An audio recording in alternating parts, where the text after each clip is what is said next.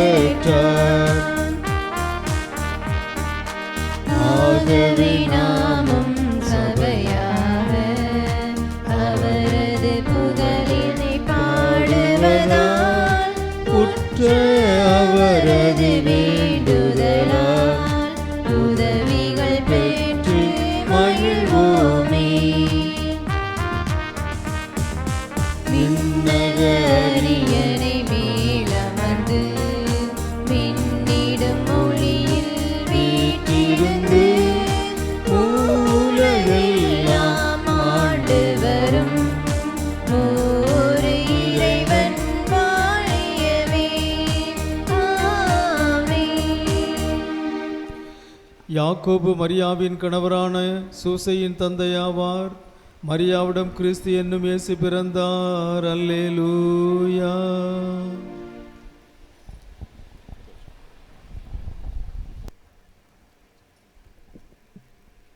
காலங்கள் மாறுகின்றன, மனிதர்கள் மாறுகின்றனர். ஆனால் இறைவன் மட்டுமே என்றும் மாறாதவர். வாழ்வில் எழும் சோதனைகள், துன்பங்கள், துயரங்கள் மத்தியிலும் இறைவன் ஒருவரே நமக்கு புகலிடமாக இருந்து வழிநடத்தி வருகிறார். அவர் மேல் ஆழ்ந்த நம்பிக்கை கொண்டு தலைமுறை தலைமுறையாக வழிநடத்தி வரும் இறைவனை இத்திருப்பாடலோடு இணைந்து நாமும் புகழ்வோம்.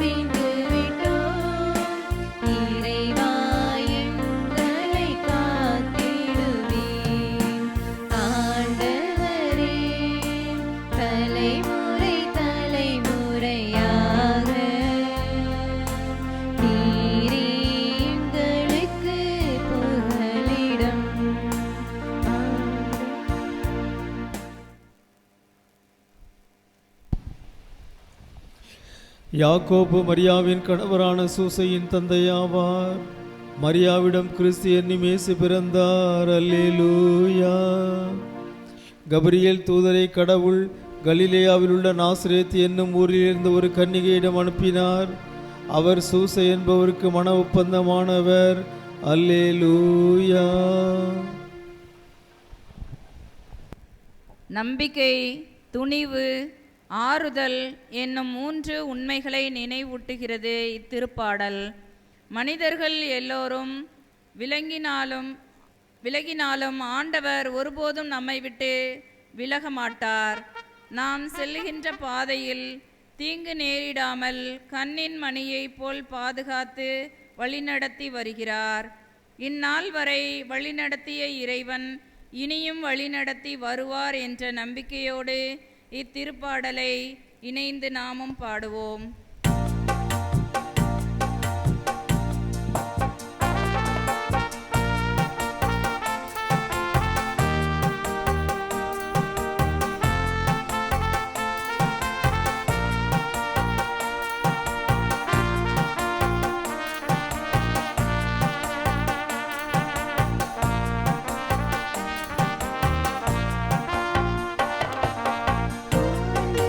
துணை இருப்பார்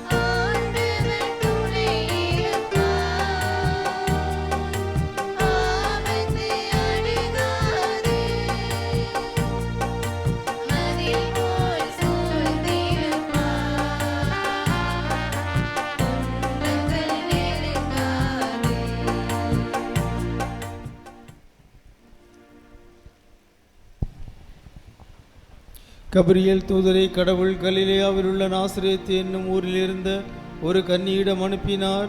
அவர் சூசை என்பவருக்கு மன ஒப்பந்தமானவர். அல்லேலூயா.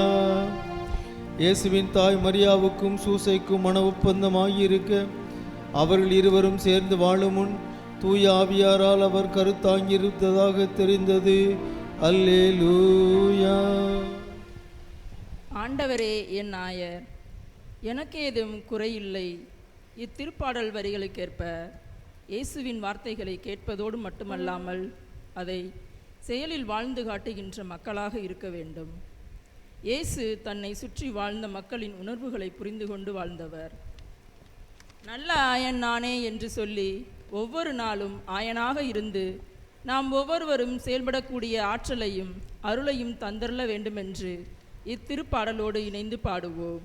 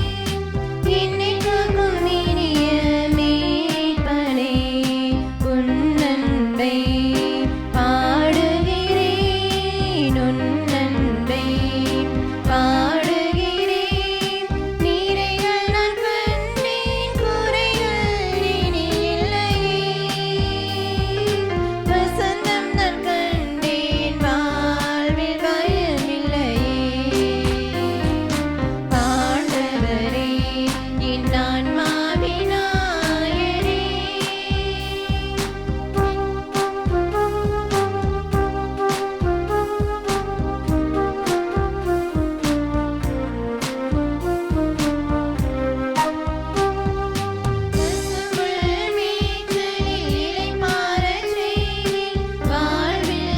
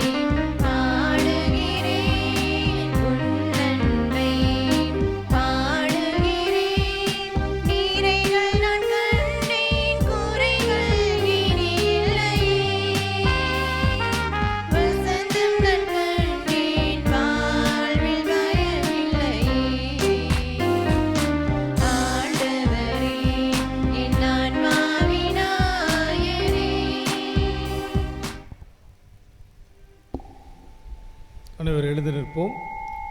இயேசுவின் தாய் மரியாவுக்கும் சூசைக்கும் மன ஒப்பந்தமாகியிருக்க அவர்கள் இருவரும் சேர்ந்து வாழும் முன் தூய் ஆவியாரால் அவர் கருத்தாங்கியிருந்ததாக தெரிந்தது. அல்லேலூயா. விவிலியம் வச்சிருக்கவங்களாம் விவிலியத்தை எடுங்க. ஆண்டவர் உங்களோடு இருப்பாராக.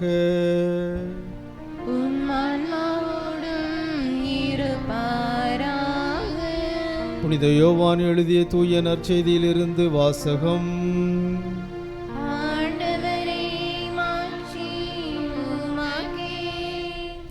யோவான் நற்செய்தி அதிகாரம் 15 அருள் வாக்குகள் 1 முதல் 8 முடிய.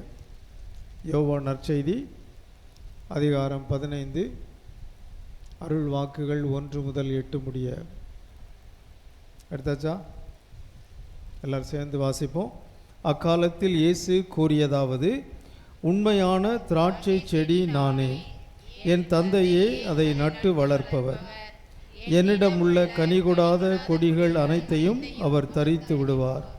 கனிதரும் அனைத்து கொடிகளையும் மிகுந்த கனி தருமாறு கழித்து விடுவார். நான் சொன்ன வார்த்தைகளால் நீங்கள் ஏற்கனவே தூய்மையாய் இருக்கிறீர்கள். நான் உங்களோடு இணைந்து இருப்பது போல நீங்களும் என்னோடு இணைந்து இருங்கள். கொடி திராட்சை செடியோடு இணைந்து இருந்தாலன்றி தானாக கனி தர இயலாது. அதுபோல நீங்களும் என்னோடு இணைந்திருந்தால் அன்றி கனி தர இயலாது. நானே திராட்சை செடி, நீங்கள் அதன் கொடிகள். ஒருவர் என்னுடனும்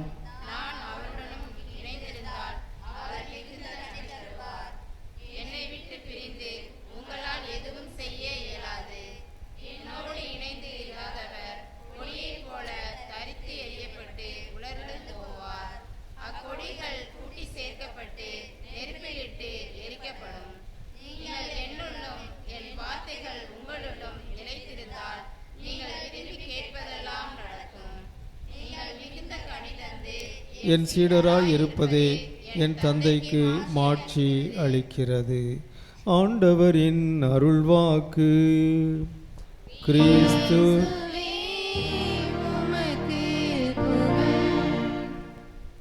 எல்லாம் உட்காருங்க. அன்புக்குரியவர்களே, 20 நிமிடங்கள் மறையுரையாற்ற தந்தையவர்கள் அனுமதி தந்திருக்கிறார்கள். எனவே 20 நிமிடங்கள் நான் என்னுடைய கடிகாரத்தில் வைத்திருக்கிறேன். முதல்ல எல்லாரும் சேர்ந்து சொல்லுங்க. தந்தையே உமக்கு புகழ், இயேசுவே உமக்கு புகழ், தூய் ஆவியாரே உமக்கு புகழ். சொல்லுங்க.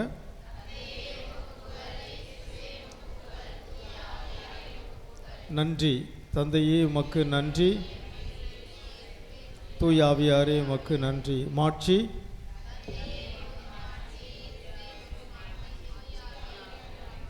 உம்மை போற்றுகிறோம்.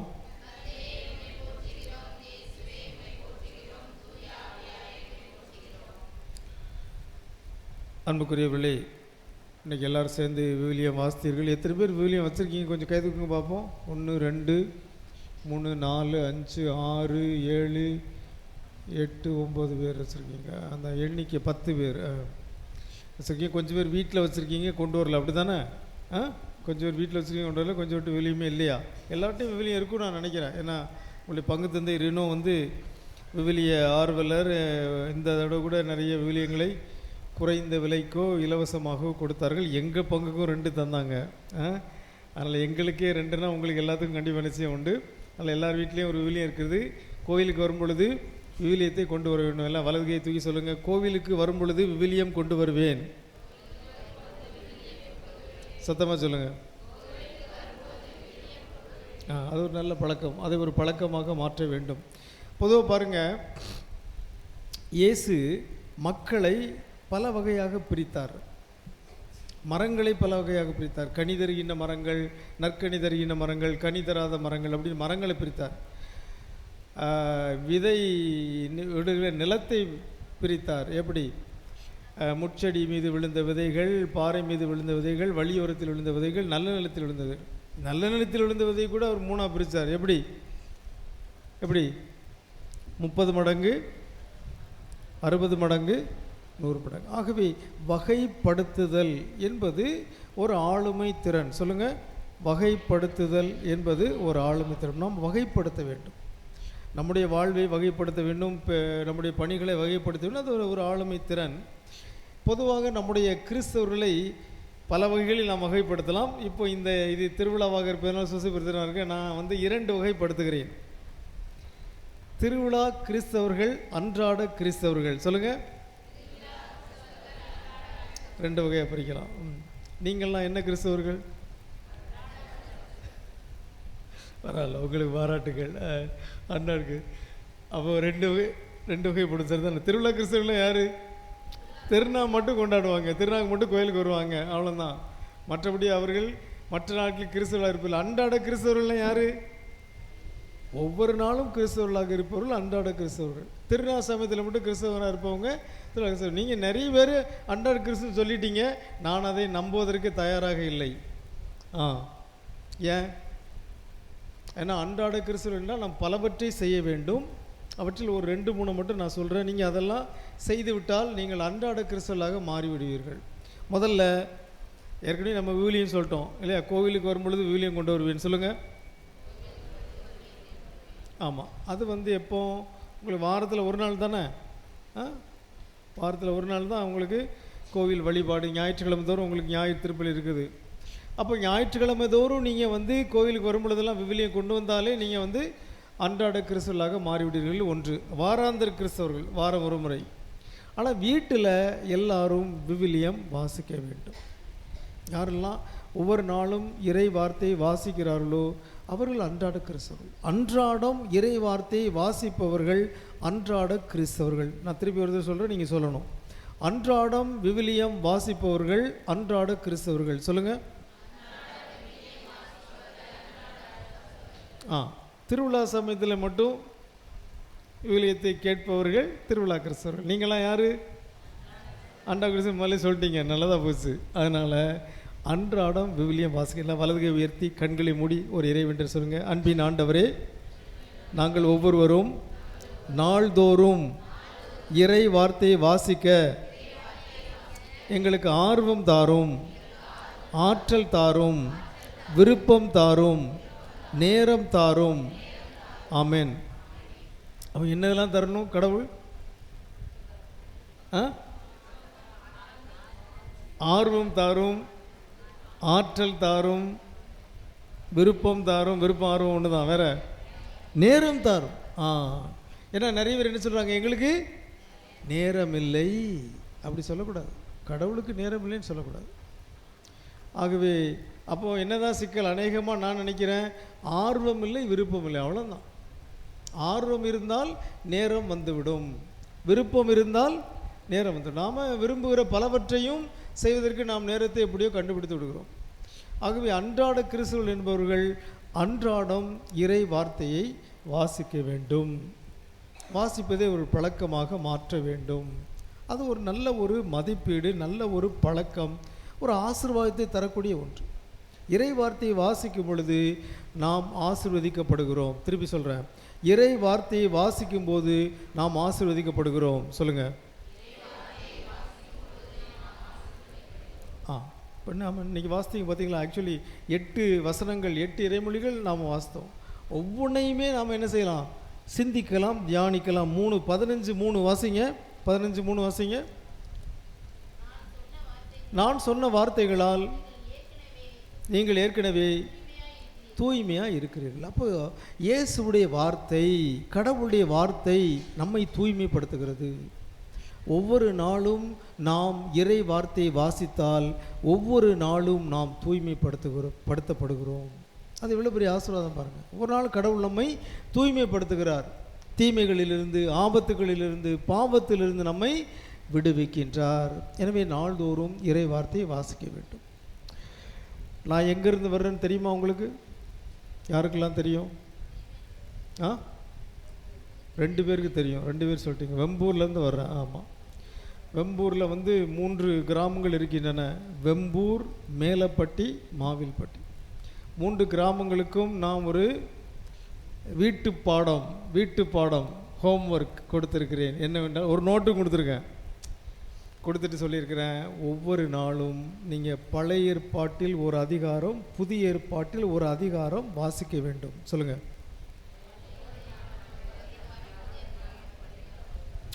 பழைய ஏற்பாடு புதிய ஏற்பாடுலாம் தெரியுமில்ல உங்களுக்கு? இப்போ இன்றைக்கி வந்து திருப்பாடல் 90, திருப்பாடல் 23 அதெல்லாம் பாடினாங்க. திருப்பாடல்கள் பழைய ஏற்பாட்டில் இருக்குதா புதிய ஏற்பாட்டில் இருக்கா? பழைய ஏற்பாட்டில் இருக்குது. அப்போது முதல்ல தொடங்குவதற்கு நல்ல ஒரு பழைய ஏற்பாட்டு நூல் திருப்பாடல்கள் நூல். ஆகவே ஒவ்வொரு நாளும் ஒரு திருப்பாடலை நாம் வாசிக்க வேண்டும். முதல் நாள் திருப்பாடல் 1, 2ஆம் நாள் திருப்பாடல் 2, 3ஆம் நாள் திருப்பாடல் 3. இப்படி எத்தனை நாள் வாசிக்கலாம்?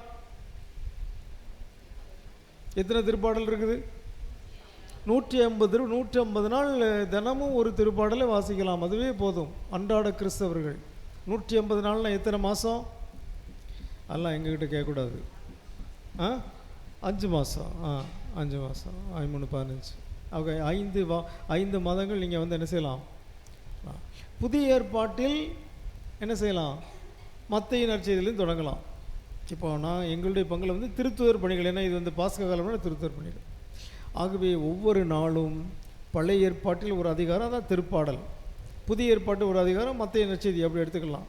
ஒவ்வொரு நாளும் ஒரு அதிகாரத்தை வாசிக்க வேண்டும். வாசித்தால் மட்டும் போதாது, அதை ஒரு நோட்டில் அல்லது தாளில் எழுத வேண்டும். எப்படி எழுதணும்? இன்றைக்கி என்ன தேதி?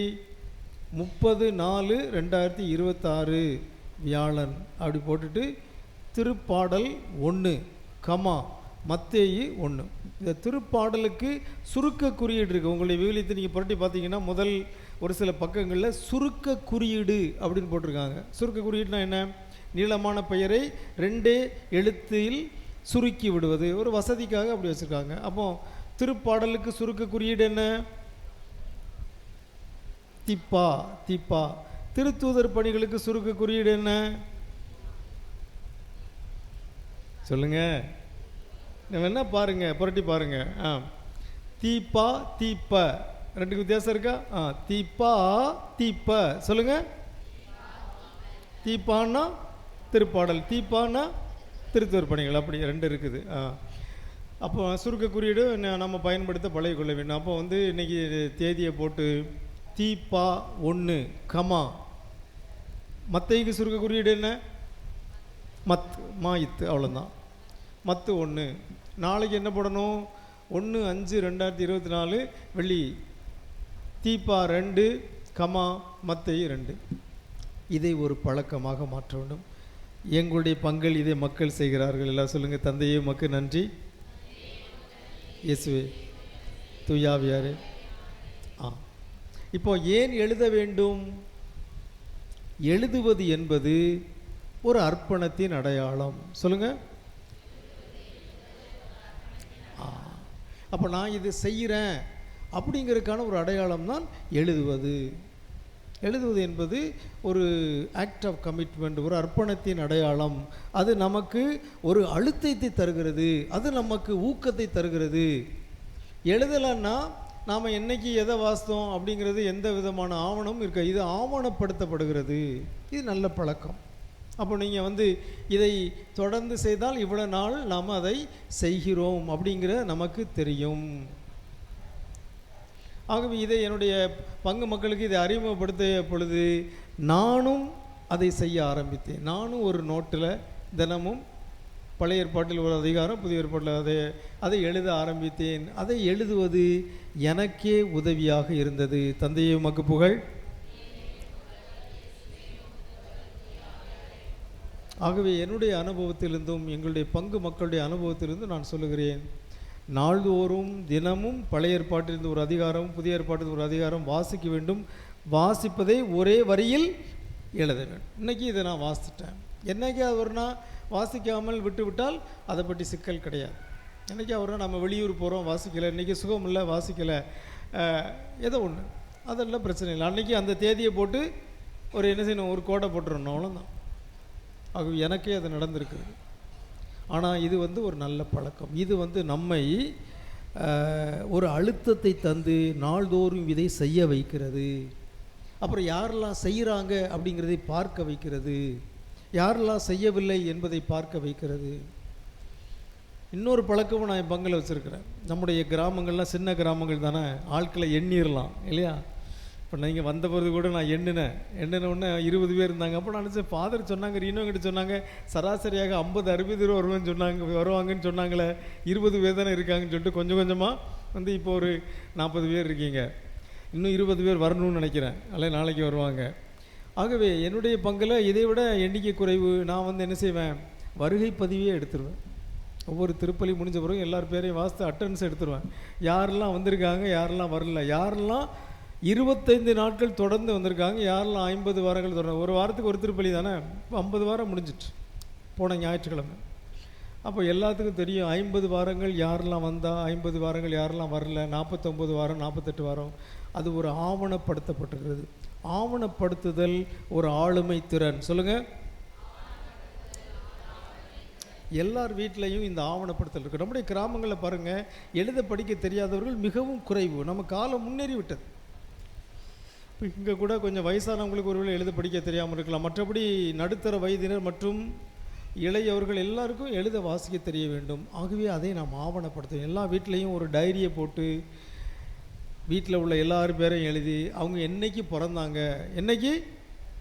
என்னைக்கு திருமுழுக்கு கொடுத்தோம், அதெல்லாம் நாம் ஆவணப்படுத்த வேண்டும். எல்லா வீட்லேயும் ஒரு டைரி இருக்கணும். என்னைக்கு வந்து என்ன கிழமையில் பிறந்தாங்க அது தெரியுமா உங்களுக்கு? இப்போ நீங்கள் வந்து நம்ம வாட்ஸ்அப்பில் இந்த இது கம்ப்யூட்டரில் அதை கண்டுபிடிச்சிடலாம். நீங்கள் வந்து 30 வருஷம் 40 வருஷத்துக்கு முன்னால் உங்களுக்கு பிறந்த நாள் இருந்தால் அது என்ன கிழமை சொல்லி நீங்கள் என்ன செய்யலாம், கண்டுபிடிச்சிடலாம். ஆகவே என்றைக்கு நாம் திருமுழுக்கு கொடுத்தோம், என்றைக்கு புதுநன்மை வாங்கினோம், என்றைக்கு வந்து கல்லூரியில் போய் சேர்ந்தோம், இவற்றையெல்லாம் ஆவணப்படுத்துவது ஒரு நல்ல பழக்கம். நம் வாழ்வில் பல நல்ல பழக்கங்கள் இருக்க வேண்டும். ஆகவே அன்புக்குரியவர்களே, நம்ம பெரும்பாலான மக்கள் திருவிழா கிறிஸ்துவலாக மட்டும் இருக்கிறார்கள். அது சரியில்லை. உங்களுக்கு தெரியும், நம்முடைய கிறிஸ்தவர்களில் பல வகையினர் இருக்கிறார்கள். அது உங்களுக்கு தெரிஞ்சிருக்கணும். நம்முடைய பிரிவுக்கு பேர் ஆர்சி கிறிஸ்தவர்கள், ரோமை கத்தோலிக்கர். இதுபோக இன்னும் பல பிரிவினர் இருக்கிறார்கள். சிஎஸ்ஐ, தென்னிந்திய திருச்சபை, வட இந்திய திருச்சபை, பெந்தகோஸ்து சபைகள், பல சபைகள் இருக்கிறார்கள்.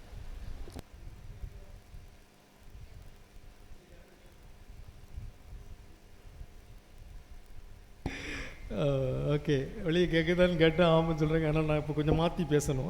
ஓகே, அதனால் வந்து ஆகவே நமக்கு அந்த விவிலிய வாசிப்பு என்பது ஒரு பழக்கமாக இருக்க வேண்டும். நம்முடைய பங்குகளில் விவிலியத்தை மனப்பாடம் செய்ய வேண்டும். திருப்பாடலை மனப்பாடம் செய்யும். அதெல்லாம் வந்துட்டு இருப்போம். அது மற்றவங்களை பார்த்து வியப்படுகிறார்கள். ஆர்சி கிறிஸ்தவர்கள் இப்படி வந்து விவிலியத்தை பயன்படுத்துகிறாங்க, திருப்பாடலை மனப்பாடமாக சொல்கிறாங்க, வாக்குறுதியில் சொல்கிறாங்க. எங்களுடைய பங்கில் ஒவ்வொரு ஞாயிற்றுக்கிழமையும் எல்லாரும் ஆளுக்கு ஒரு வாக்குறுதியை சொல்லிடுவாங்க. ஒரு வாக்குறுதியை சொல்லி, ஆண்டவரே உம்மை போற்றுகிறோம், புகழுகிறோம், நன்றி செலுத்துகிறோம்.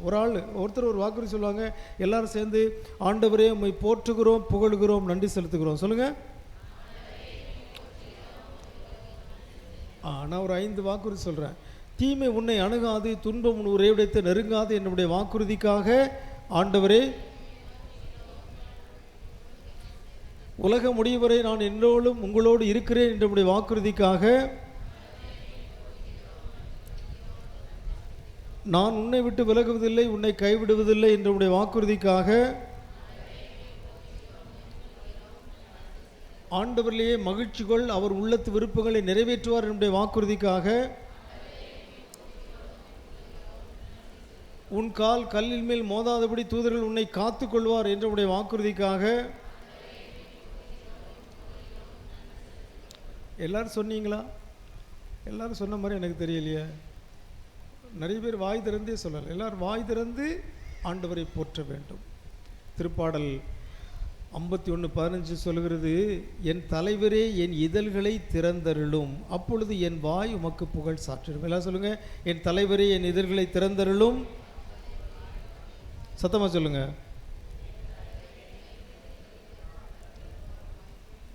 அப்படின்னா என்ன அர்த்தம்? ஆண்டவரே என் வாயை திறங்க, நீங்க திறக்க மாட்டேங்கிறீங்களே. அதுதான் அதை சொன்னேன். அதை மாற்றி நம்முடைய சொந்த மொழியில் சொல்லுவோம். ஆண்டவரே என் வாயை திறங்க, நான் உம்மை போற்றுவேன். சொல்லுங்க. அது கூட சொல்ல மாட்டேங்கிறீங்க.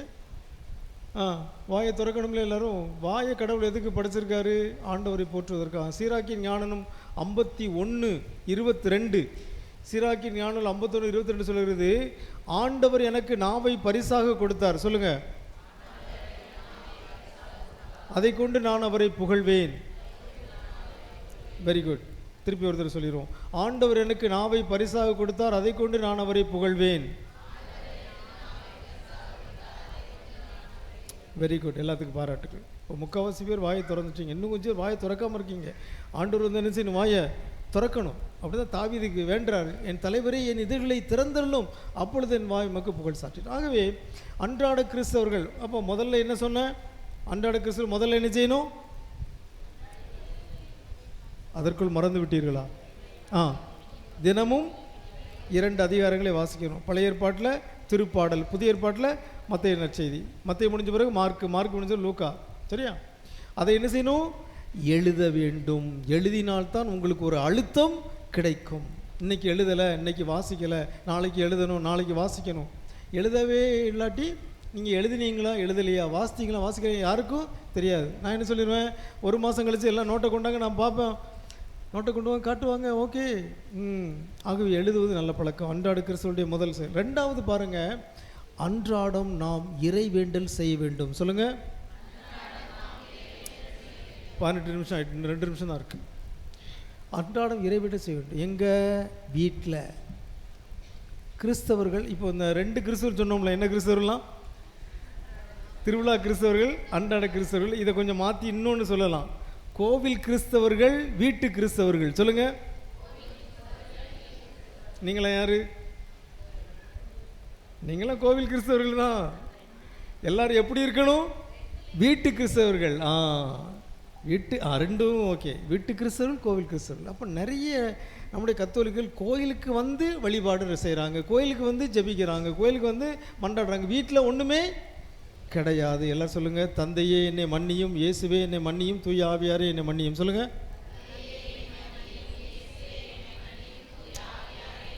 அதனால் எல்லாரும் வந்து அன்றாட கிறிஸ்தவர்கள் செய்ய வேண்டிய 2வது செயல்பாடு என்னவென்றால், எல்லாரும் வீட்டில் என்ன செய்யணும்? நாள்தோறும் ஒரு 5 நிமிடங்கள் இறைவேண்டல் செய்ய வேண்டும், ஆண்டவரை போற்ற வேண்டும். இதான் முதல் பயிற்சி. இதான் என்னது? தந்தையை உமக்கு புகழ், இயேசுவை உமக்கு புகழ், தூய ஆவியாரை உமக்கு புகழ். அப்படி கொஞ்சம் நேரம் சொல்லணும். அப்புறம் ஒரு திருப்பாடல், 2 திருப்பாடல் சொல்லணும். அப்புறம் இறை வார்த்தையை வாசிக்கணும். அப்புறம் 5-6 வாக்குறுதிகளை சொல்லி ஆண்டவருக்கு நன்றி செலுத்தணும். கடைசியாக இன்னொன்று, எல்லாருடைய வாழ்விலும் கடவுள் செய்த நன்மைகளை சொல்லி ஆண்டவருக்கு நன்றி செலுத்த வேண்டும். எல்லாருடைய வாழ்விலும் ஆண்டவர் செய்த நன்மைகளை சொல்லி நன்றி செலுத்த வேண்டும். அதுக்கு நான் ஒரு இது சொல்லியிருக்கேன். என்னென்னா, எனக்கு எத்தனை வயதோ அத்தனை ஆசிகள் என் வாழ்வில் இருக்கின்றன. சொல்லுங்கள்.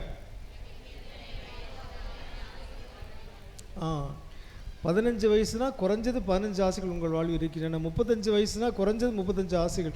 அதை கூட எழுதுங்க அப்படின்னு சொன்னால் எங்கள் ஆட்கள்லாம் எழுதிட்டாங்க. ஆகவே அத்தனை ஆசைகளையும் சொல்லி நாம் ஆண்டவருக்கு நன்றி செலுத்தும். நேரம் இல்லை, நான் முடிக்கிறேன். ஆனால் வந்து நற்கருணை ஆராதனையில் 50 ஆசைகளை சொல்லி நாம் ஆண்டவருக்கு நன்றி செலுத்தும். அதை ஒவ்வொரு நாள் செய்யும். எல்லாருக்கும் பலவிதமான ஆசைகள், அதை சொல்வதற்கு எனக்கு இப்போ நேரம் இல்லை. ஆகவே நம்முடைய பெற்றோருக்காக, பிள்ளைகளுக்காக, உறவினர்களுக்காக, உறவுகளுக்காக நன்றி செலுத்த வேண்டும். வீட்டுக்காக, நாள்தோறும் தருகிற உணவுக்காக, இறை நம்பிக்கைக்காக, உடல் நலத்துக்காக எத்தனையோ ஆசீர்வாதங்கள்.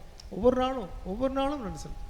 திருவிழா சமயத்தில் இல்லை, அன்றாட கிறிஸ்துவர்கள் என்றால் அன்றாடம் ஆண்டவருக்கு நன்றி செலுத்தும். ஆகவே அன்புக்குரியவர்களே, இதை நீங்கள் செய்தால் நீங்கள் எல்லோரும் அன்றாட கிறிஸ்துவலாக மாறி கடவுளை மாட்சிப்படுத்தும். இன்றைக்கி நம்ம வாஸ்தவத்தில் யோவான் 15:8 கடைசி வசனம், அதை வாசிங்க. நீங்கள் மிகுந்த கனி தந்து என் சீடராக இருப்பதே என் தந்தைக்கு மாட்சி அளிக்கிறது. சொல்லுங்கள். என் சீடராக இருப்பதே என் தந்தைக்கு மாட்சி. அதான் அன்றாட கிறிஸ்துவல் வந்து தந்தையாய் கடவுளுக்கு மாட்சி அளிக்கணும். இதெல்லாம் நம்ம செய்தோம்னா ஒவ்வொரு நாளும் இறை வார்த்தை வாசிப்பது, ஆண்டவருக்கு நன்றி செலுத்துவது, இதையெல்லாம் நீங்கள் செய்ய வேண்டும் என்று உங்களை நான் கேட்டுக்கொள்கிறேன். உங்களுக்கு ஆசை 21 நிமிஷம் ஆகிட்டு இருந்தாலும் நம்ம நிறுத்தி விடுவோம். ஆகவே எல்லாரும் சேர்ந்து சொல்லுவோம். தந்தையே உமக்கு புகழ்,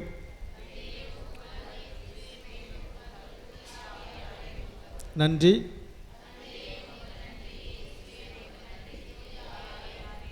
மாட்சி உம்மை ஆராதிக்கின்றோம்.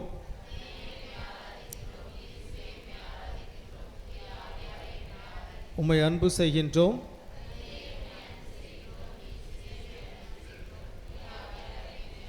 எங்களை ஆசீர்வதியும். தந்தையே எங்களை ஆசீர்வதியும். இயேசுவே எங்களை ஆசீர்வதியும். தூய ஆவியாரே எங்களை ஆசிர்வதியும். ஆமென். அனைவரும் எழுந்து நிற்போம். மரியாவின் பாடல்.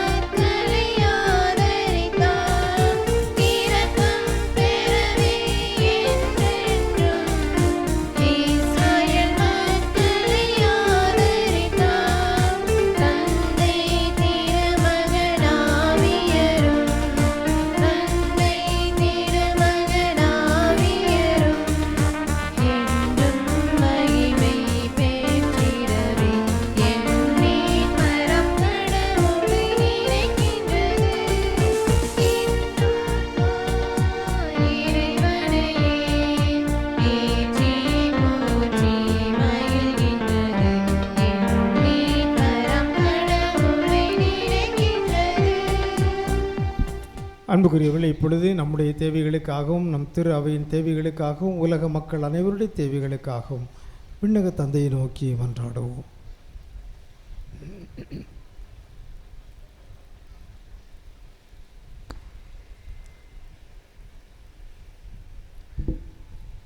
தாயும் தந்தையுமான இறைவா, திரு அவையை வழிநடத்தும் திருத்தந்தை, ஆயர்கள், குருக்கள்,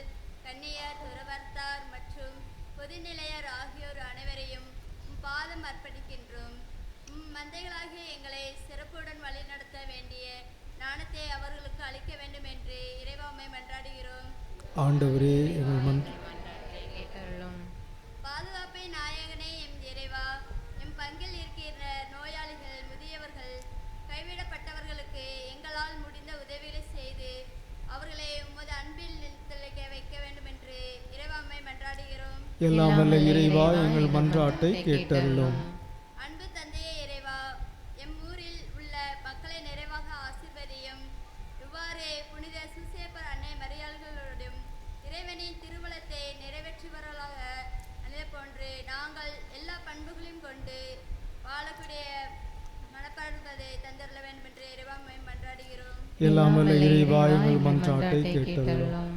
ஞானத்தின் ஊற்றே எம் இறைவா, மாணவ மாணவிகள் படிக்கும் காலத்தில் நல்ல முறையில் பயன்படுத்திடம், பெற்றோர்களின் தியாகத்தை உணர்த்தி கல்வி கற்றிடவும், பல்வேறு திறமைகளை வளர்த்து சமுதாயத்தில் வெற்றி பெறவும் பிள்ளைகளாக உருவாகிட இறைவா உம்மை மன்றாடுகிறோம். எல்லாம் வல்ல இறைவா எங்கள் மன்றாட்டை கேட்டருளும். தாய் வயிற்றில் உன்னை நான் உருவாக்கும் முன்பே அறிந்திருந்தேன் என்கின்ற இறைவா, உம்மை நாடாமல் தேடாமல் வாழும் ஒவ்வொருவரும் அன்பை உணர்ந்து உம்மை ஆழமான நம்பிக்கை கொண்டு இறை விசுவாசத்தை வேரூன்றி வாழ அருள தர வேண்டும் என்று இறைவா மன்றாடுகிறோம். எல்லாம் வல்ல இறைவா எங்கள் மன்றாட்டை கேட்டருளும். ஒரு சில நாடிகள் கண்களை மூடி நம்முடைய தனிப்பட்ட தேவைகளுக்காக மன்றாடுவோம்.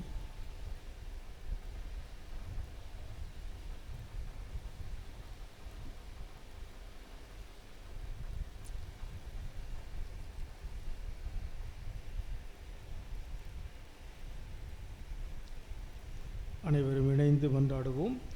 விண்ணுலகில் இருக்கிற எங்கள் தந்தையே, உமது பெயர் தூயது என போற்ற பெறுக. உமது ஆட்சி வருக.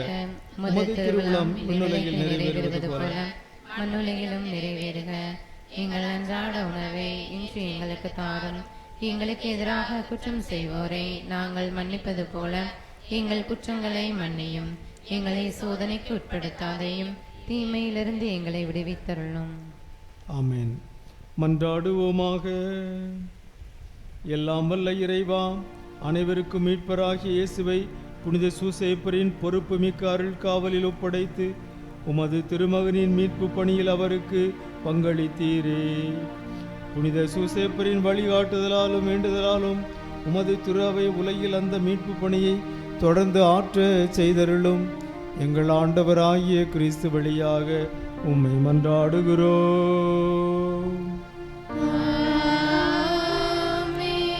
ஆண்டவர் நம்மை ஆசீர்வதித்து எல்லா தீமை நின்று பாதுகாத்து முடிவில்லா வாழ்வுக்கு நம்மை அழைத்து செல்வாராக.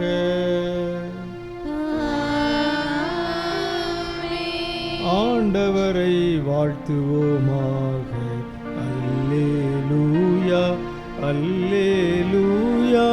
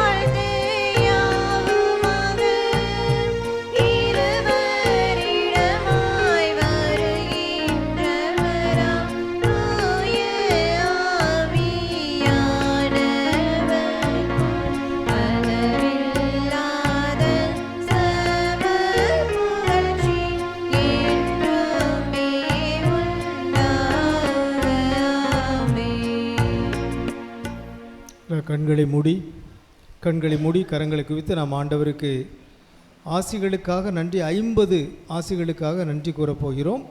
ஜெபமாலை வச்சுக்கிறவங்க கையில் ஜெபமாலை பயன்படுத்தி கொள்ளலாம். 50 ஆசீர்வாதங்களை எண்ணுவதற்கு அது உதவும். இல்லாவிட்டாலும் பரவாயில்லை. எல்லாரும் ஒவ்வொரு ஆசீர்வாதமாக நான் சொல்லுவேன். நீங்கள் இறைவா உமக்கு நன்றி என்று சொல்ல வேண்டும். இந்த நாளை எங்களுக்கு கொடையாக தந்ததற்காக இறைவா உமக்கு நன்றி.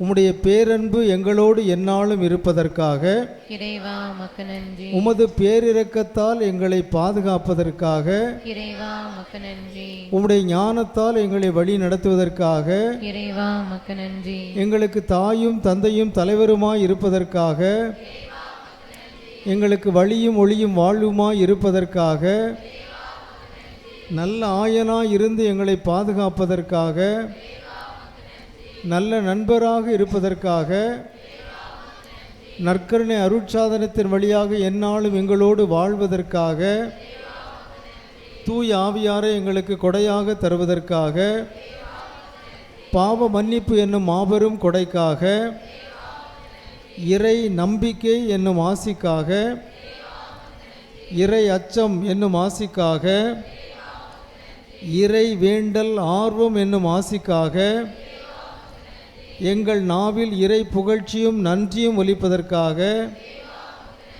எங்கள் வாழ்வில் நீர் செய்துள்ள நன்மைகளுக்காக வாழ்வு என்னும் கொடையை எங்களுக்கு தந்திருப்பதற்காக உடல் நலம் என்னும் கொடைக்காக நாங்கள் நோயிருக்கின்ற பொழுது எங்களுக்கு நலம் தருவதற்காக தீமைகளிலின்று எங்களை பாதுகாப்பதற்காக நன்மைகளால் எங்கள் வாழ்வை நிரப்புவதற்காக எங்களுடைய குடும்பம் என்னும் ஆசீர்வாதத்துக்காக எங்களுடைய பெற்றோருக்காக உடன்பிறப்புகளுக்காக வாழ்க்கை துணைவருக்காக குழந்தைகளுக்காக உறவினர்கள் நண்பர்கள் என்னும் ஆசிகளுக்காக எங்கள் ஆசிரியர்கள் வழிகாட்டிகளுக்காக அருள் தந்தையர்கள் சகோதரிகள் துறவிகளுக்காக எங்களுக்காக இறைவேண்டல் செய்வோருக்காக எங்களுடைய கொடையாளர்கள் உபகாரிகளுக்காக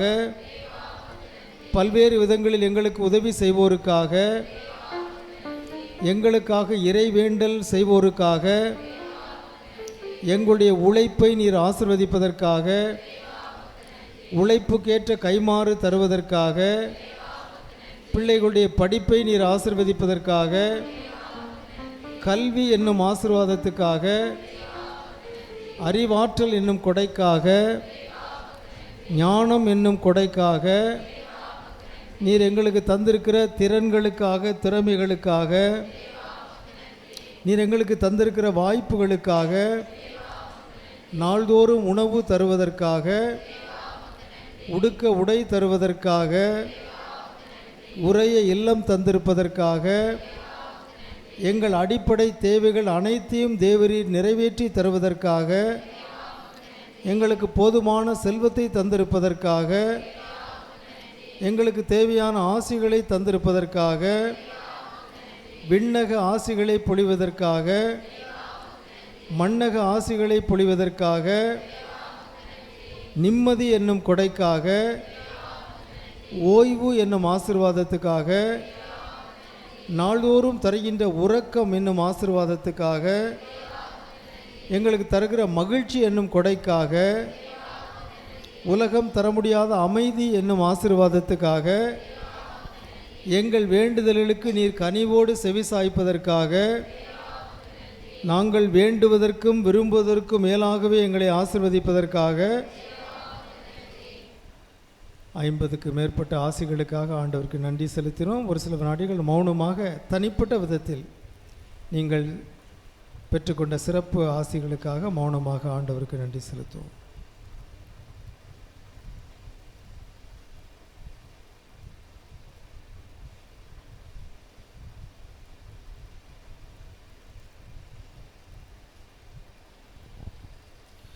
மன்றாடுவோமாக. இறைவா, இந்த வியப்புக்குரிய அருள் அடையாளத்திலே உம்முடைய பாடுகளின் நினைவை எங்களுக்கு விட்டு சென்றீர். உமது திருவுடல் திரு இரத்தம் ஆகியவற்றின் தூய மறைபொருளை வணங்கும் நாங்கள் உமது மீட்பின் பயனை இடைவிடாது தூய்த்துணர்ந்து மகிழ அருள்வீராக.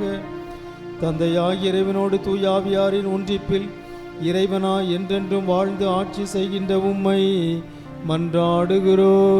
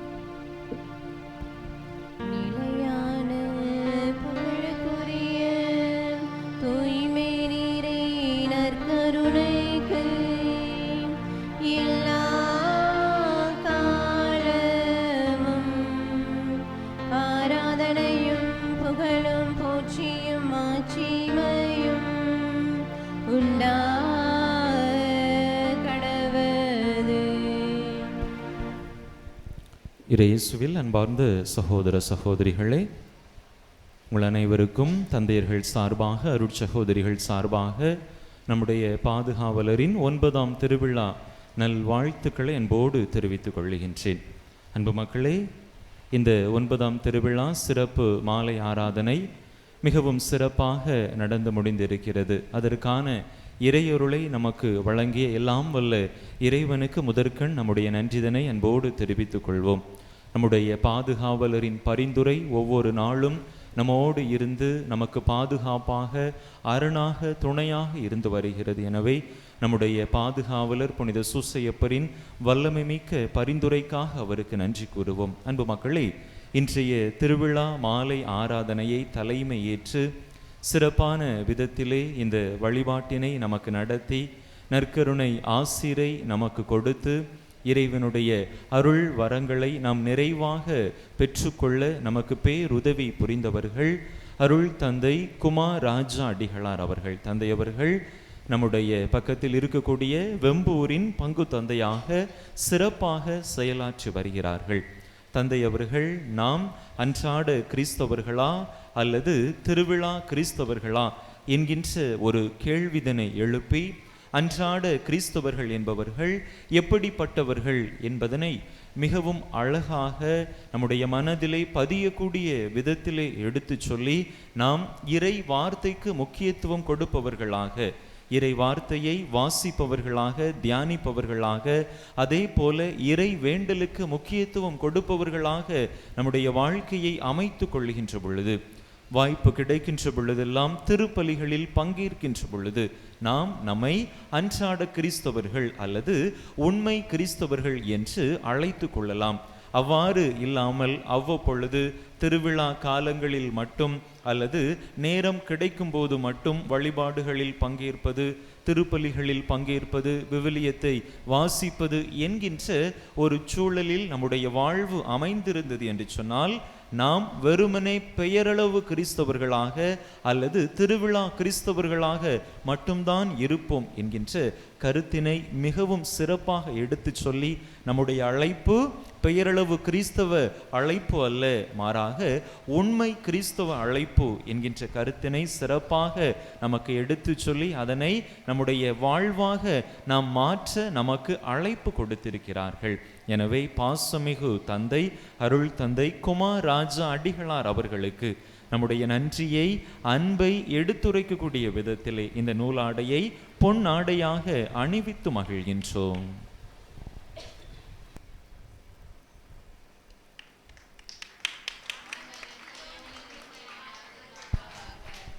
ஆண்டவர் சியோனிலிருந்து உங்களுக்கு ஆசி வழங்குவாராக. அன்பு மக்களே, இந்த வழிபாடு சிறப்புற ஒத்துழைத்த அனைத்து நல்ல உள்ளங்களுக்கும் சிறப்பான நன்றிகள்.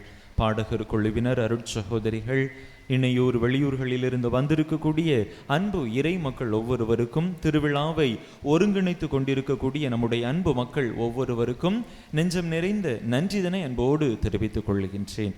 அனைவருக்கும் பொதுவான நன்றி. நாளைய திருவிழா திருப்பலியின் நிறைவிலே நான் சொல்லுகிறேன். மீண்டும் ஒரு முறை அனைவருக்கும் திருவிழா நல்வாழ்த்துக்கள்.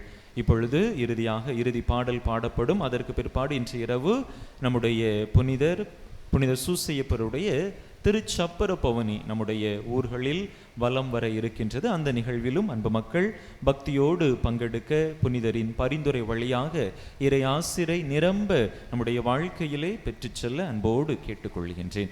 அன்பு மக்களே, நாளை தினம் காலை 7 மணிக்கு திருவிழா திருப்பலி நடைபெறும். 6:30 மணிக்கு ஜெபமாலை ஆரம்பமாகும். தொடர்ந்து காலை 7 மணிக்கு திருவிழா திருப்பலி நடைபெறும். அந்த திருவிழா திருப்பலியிலும் அன்பு மக்கள் அனைவரும் முழுமையாக பங்கேற்று இந்த திருவிழாவின் நிறை ஆசிரை நிரம்ப பெற்று செல்லும்படியாக அனைவரையும் அன்போடு கேட்டுக்கொள்கின்றேன். அனைவருக்கும் நன்றி.